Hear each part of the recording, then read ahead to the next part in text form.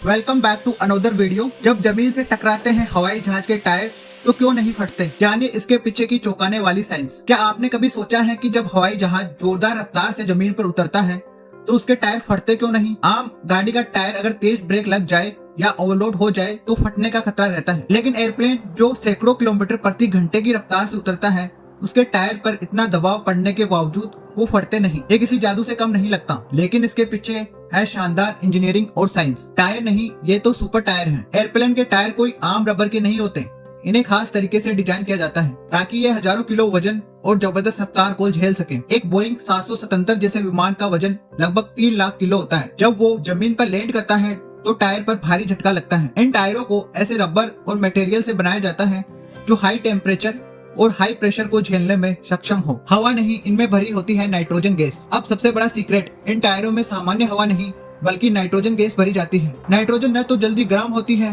और न ही उसमें आग पकड़ने की संभावना होती है। जोरदार ब्रेकिंग और जमीन से टकराने पर तापमान बहुत बढ़ता है। ऐसे में सामान्य ऑक्सीजन होती तो ब्लास्ट का खतरा रहता, लेकिन नाइट्रोजन से ये खतरा पूरी तरह टल जाता है। जबरदस्त टेस्टिंग होती है हर टायर की। एक एयरक्राफ्ट टायर को सर्विस में लगाने से पहले उसे 500 से ज्यादा बार हाई स्पीड लैंडिंग टेस्ट में पास होना पड़ता है। मतलब वो कम से कम 500 बार लैंडिंग झेलने की क्षमता रखता है।